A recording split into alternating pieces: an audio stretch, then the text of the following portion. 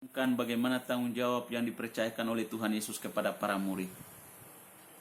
Ketika mereka memahami tanggung jawab itu dan kemudian mereka menerima Roh Kudus, kemudian mereka menjadi saksi yang sangat handal. Banyak orang percaya kepada Tuhan, menerima Tuhan Yesus Kristus sebagai Tuhan dan Juru Selamat pribadi mereka di dalam kehidupan mereka. Nah, saudara-saudara, jangan sampai kita memiliki konsep pemikiran bahwa menjadi orang Kristen itu akan senang. Menjadi orang Kristen itu melaksanakan tanggung jawab dan panggilan kita itu akan diberkati Tuhan, akan berbahagia, akan aman, akan nyaman. Jangan memiliki konsep pikiran yang salah.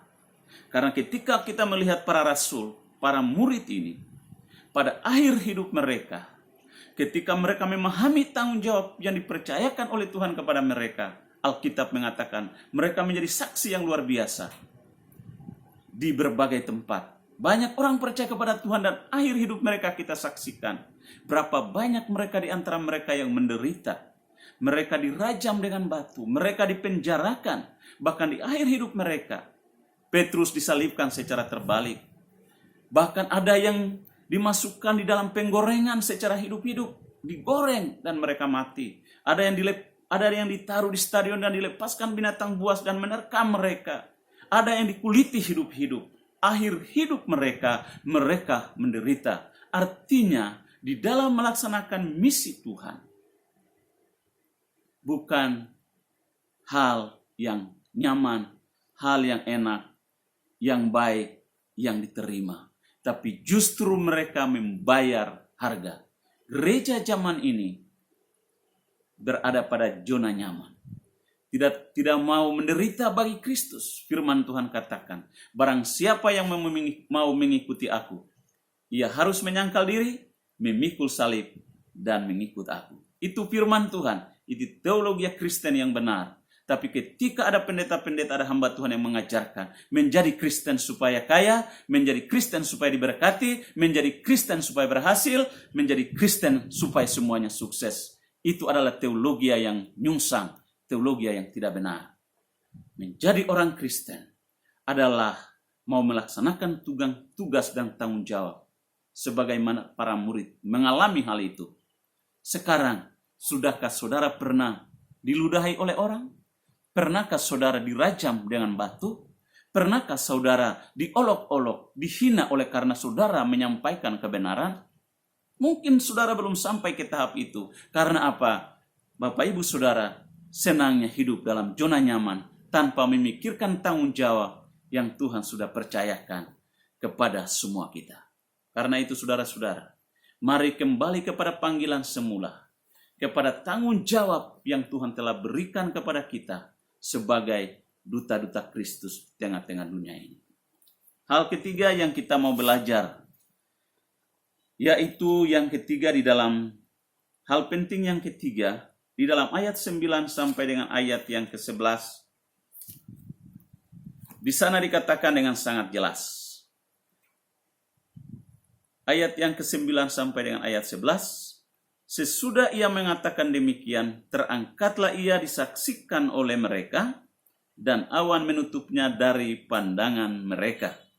Ketika mereka sedang menatap ke langit, waktu ia naik itu, tiba-tiba berdirilah dua orang yang berpakaian putih dekat mereka, dan berkata kepada mereka, "Hai orang-orang Galilea, mengapakah kamu berdiri melihat ke langit? Yesus ini yang terangkat ke surga meninggalkan kamu, akan datang kembali dengan cara yang sama seperti kamu melihat dia naik ke surga."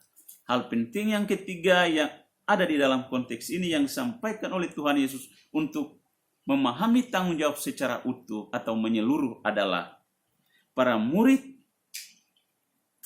perlu memahami makna peristiwa terangkatnya Yesus ke sorga dan kedatangannya kembali dari sorga. Para murid perlu memahami makna peristiwa terangkatnya Yesus ke sorga dan kedatangannya kembali dari sorga. Nah, di dalam ayat 9 di situ dikatakan bahwa para murid menjadi saksi kunci tentang Yesus terangkat ke sorga. Mereka menjadi saksi. Dikatakan bahwa ketika Yesus mengatakan, sesudah ia mengatakan demikian, dikatakan terangkatlah ia dan disaksikan oleh mereka. Para murid ini banyak mata yang menyaksikan tentang Yesus terangkat ke sorga. Dan apa yang terjadi? Tiba-tiba ada dua orang yang berpakaian putih dan mengatakan kepada mereka, Yesus yang terangkat ke sorga ini akan datang dengan cara yang sama seperti kalian melihat dia. Nah saudara, mereka saat itu mengalami suatu pembaharuan yang luar biasa. Seandainya saya sendiri yang hadir pada saat itu dan menyaksikan bagaimana Yesus terangkat ke sorga, pasti sukacita saya membara, semangat saya luar biasa pada saat itu. Dan saya tidak membayangkan tentang bagaimana kondisi para murid pada saat itu. Suatu sukacita yang luar biasa yang mereka rasakan. Bahwa apa yang diperkatakan oleh Yesus itu terjadi. Dia terangkat ke sorga. Dan malaikat Tuhan mengatakan, kalian yang melihat dia naik ke sorga ini akan datang dengan cara yang sama. Memberikan sebuah pengharapan. Dan pengharapan yang diberikan itu bukan pengharapan palsu. Bukan pengharapan yang sia-sia. Tapi suatu kepastian pengharapan. Karena itu saudara-saudara yang diberkati oleh Tuhan. Kita sebagai orang-orang percaya, anak-anak Tuhan. Kita perlu memahami tentang makna terangkatnya Yesus ke sorga. Maknanya apa? Firman Tuhan katakan, dia pergi ke sorga menyediakan tempat bagi kita. Dan setelah tempat kita sudah tersedia, dia akan kembali menjemput kita supaya di mana kita berada. Di mana dia berada atau Yesus berada, di situ pun kita berada. Luar biasa. Nah, saudara-saudara, di dalam Yohanes pasal 14 kita baca di sana. Yohanes 14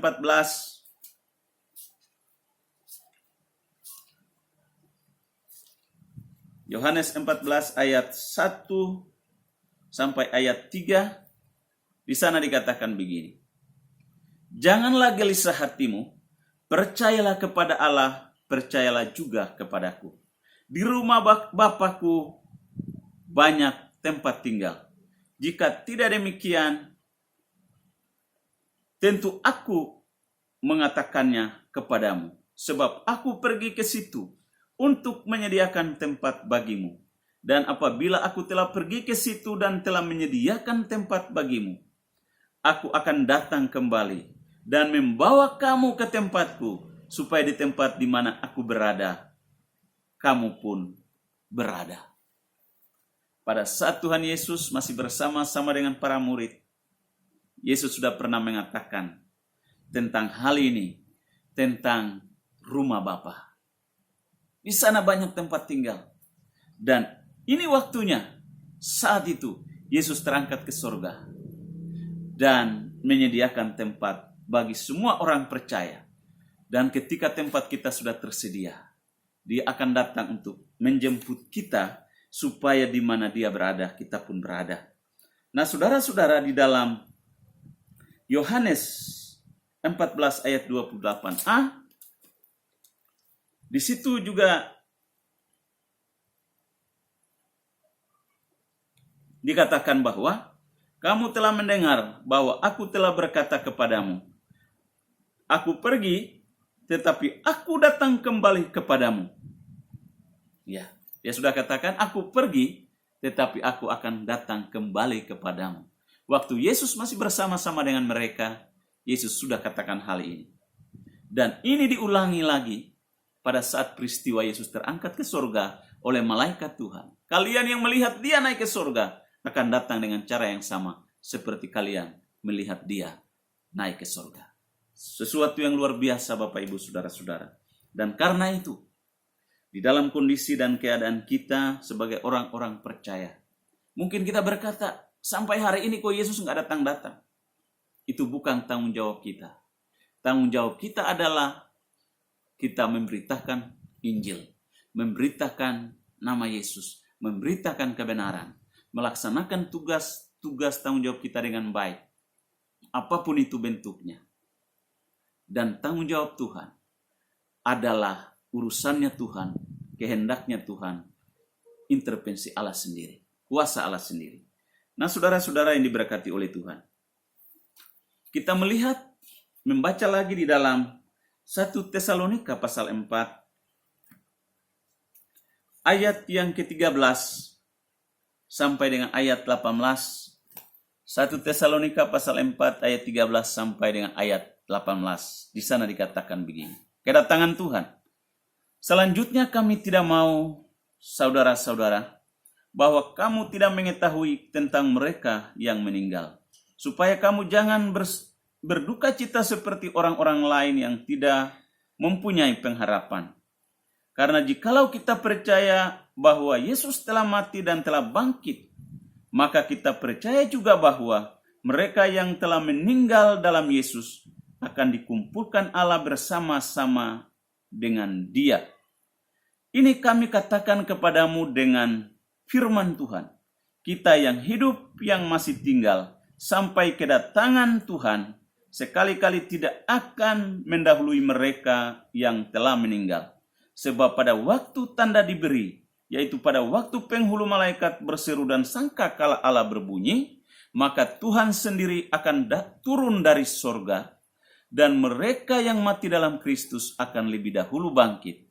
Sesudah itu, kita yang hidup, yang masih tinggal, akan diangkat bersama-sama dengan mereka dalam awan menyongsong Tuhan di angkasa.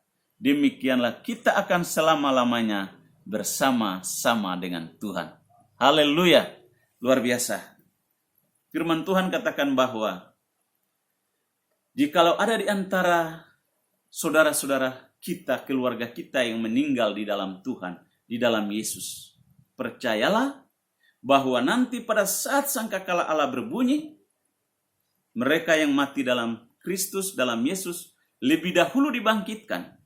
Dan kita yang masih hidup akan diubah sekejap mata, dan kita akan bersama-sama bertemu Tuhan di udara, di sorga. Dikatakan Tuhan akan turun dari sorga, dan kita akan selama-lamanya bersama-sama dengan Tuhan. Saudara-saudara yang diberkati oleh Tuhan.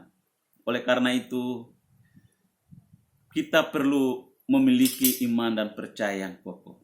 Sekalipun pandemi COVID-19 atau virus corona ini menelan banyak korban jiwa, ribuan, ratusan ribu orang yang meninggal dalam wabah ini. Tetapi percayalah bahwa pada saat kedatangan Tuhan Yesus Kristus, firman Tuhan katakan, mereka yang sungguh-sungguh dengan Tuhan, mereka yang mati dalam Kristus, ketika Tuhan Yesus datang, akan lebih dahulu dibangkitkan. Dan kita yang kalau masih hidup, diubah dalam sekejap mata dan berjumpa dengan Tuhan di udara.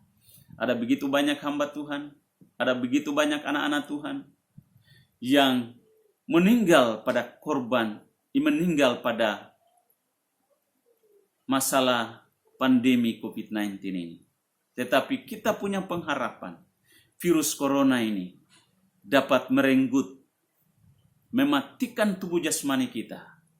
Tetapi ingatlah bahwa tidak berkuasa mematikan rohmu. Firman Tuhan katakan, janganlah takut kepada mereka yang akan membinasakan tubuhmu, tapi takutlah kepada Dia, kepada Allah yang berkuasa membinasakan baik tubuhmu maupun nyawamu. Dan karena itu, tetaplah percaya kepada Tuhan, tetaplah setia kepada Tuhan untuk melaksanakan tugas dan tanggung jawab kita dengan benar. Dari ketiga hal ini tentang memahami tanggung jawab secara utuh atau secara menyeluruh, ada tiga hal penting yang kita telah belajar, yaitulah kita jangan mencampur adukan tanggung jawab kita dengan tanggung jawab Tuhan. Dan yang kedua, kita harus memahami tanggung jawab kita secara benar untuk melakukan tanggung jawab itu secara maksimal. Bukan hanya menerima tanggung jawab, tetapi melakukan tanggung jawab itu dengan baik. Dan hal yang ketiga, kita perlu memahami makna kematian, kebangkitan, dan makna Yesus terangkat ke surga. Dikatakan dia akan datang kembali. Dia pergi untuk menyediakan tempat bagi kita. Dan ketika tempat kita tersedia, dia akan kembali untuk menjemput kita. Supaya di mana Yesus berada, di situ pun kita berada bersama-sama selama-lamanya. Tuhan Yesus memberkati. Kiranya firman Tuhan ini menjadi berkat bagi setiap saudara pada ibadah perayaan Yesus terangkat ke surga pada hari ini. Haleluya. Mari kita berdoa. Tuhan Yesus, kami bersyukur kepadamu pada saat pagi hari ini. Kami boleh mendengar firman Tuhan tentang memahami tanggung jawab secara menyeluruh. Yaitu kami tidak boleh mencampur adukan tanggung jawab kami dengan tanggung jawab Tuhan. Kami tidak boleh mencampur adukan urusan kami dengan urusan Tuhan. Biarlah apa yang menjadi tanggung jawab kami adalah tanggung jawab kami, dan apa yang menjadi tanggung jawab Tuhan adalah tanggung jawab Tuhan. Biarlah kami percaya akan kehendak dan rencana Tuhan. Biarlah Tuhan yang intervensi secara pribadi dalam melaksanakan hal apapun di tengah-tengah dunia ini. Bahkan firman-Mu telah mengajarkan kepada kami Tuhan, untuk kami memahami tanggung jawab kami, dan kami melaksanakan tanggung jawab kami secara bertanggung jawab. Kami melaksanakan tanggung jawab kami dengan baik sebagai gereja Tuhan, sebagai orang percaya, di mana panggilan kami adalah untuk melayani, untuk menjadi duta-duta Kristus, memberitakan Injil, memberitakan kebenaran. Inilah yang Tuhan ajarkan kepada kami.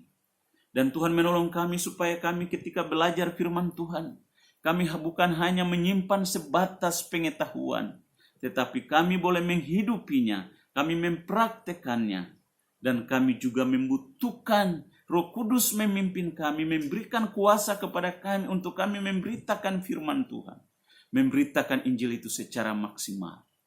Jikalau selama ini, hari-hari ini, ada banyak gereja-gereja, ada banyak anak-anak Tuhan yang sudah mulai lupa akan panggilan yang semula yang Tuhan percayakan, yaitu menjadi duta Kristus. Ampuni mereka, bawa mereka kembali kepada panggilan semula untuk melaksanakan tugas dan tanggung jawab mereka dengan baik. Tuhan juga ajar kami semua untuk melaksanakan tanggung jawab kami apapun itu, tanggung jawab tugas yang Tuhan percayakan. Biarlah kami melakukannya seturut dengan kehendak-Mu. Dan kami juga mendengar firman Tuhan yang telah mengajarkan kepada kami bahwa kami boleh memahami makna terangkatnya Yesus ke surga adalah untuk menyediakan tempat bagi kami. Dan setelah tempat kami tersedia, Tuhan berjanji akan datang untuk menjemput kami. Sehingga di mana Yesus berada, di situ pun kami berada. Jikalau toh ada orang-orang percaya yang menjadi korban oleh karena virus COVID-19 ini, mereka beristirahat sementara waktu sambil menantikan kedatangan Tuhan. Ketika Yesus datang, ketika sangkakala Allah berbunyi, Yesus akan datang sebagai Imam Mahdi, sebagai hakim yang adil, di mana semua manusia akan menghadap penghakiman. Mari Bapa Tuhan, tanamkan firman-Mu dalam hati kami, supaya bukan hanya kami menjadi pendengar-pendengar saja, tetapi kami boleh menjadi pelaku-pelaku firman Tuhan. Tanamkan firman Tuhan ini dalam hati kami. Biarlah kami melakukan firman-Mu dimanapun kami berada, kapanpun itu waktunya, apapun situasi dan kondisi yang kami alami. Kami terus mewartakan Injil kerajaan-Mu, mewartakan nama-Mu. Terima kasih Tuhan, dalam nama Tuhan Yesus Kristus, hamba bersyukur dan berdoa buat firman Tuhan yang kami dengar. Haleluya. Amin.